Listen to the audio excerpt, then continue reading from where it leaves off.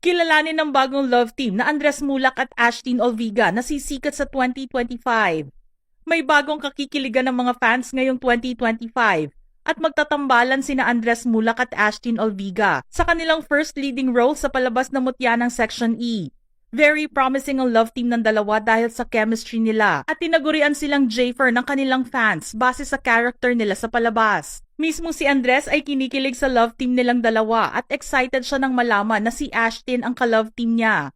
Ashtin Olviga, ipinanganak noong May 19, 2001 at 23 years old na siya. Isa siyang singer at aktres na kabilang sa Viva Records.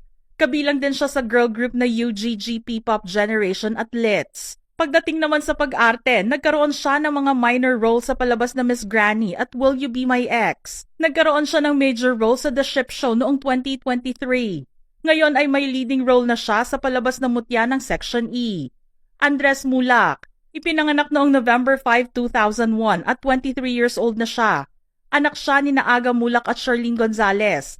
Twin sister naman niya si Atasha. Pumasok siya sa showbiz noong 2024 at nagkaroon siya ng sitcom na The Purse Family na kasama ang pamilya niya. Ang mutya ng Section E ay ang first leading role niya bilang isang artista.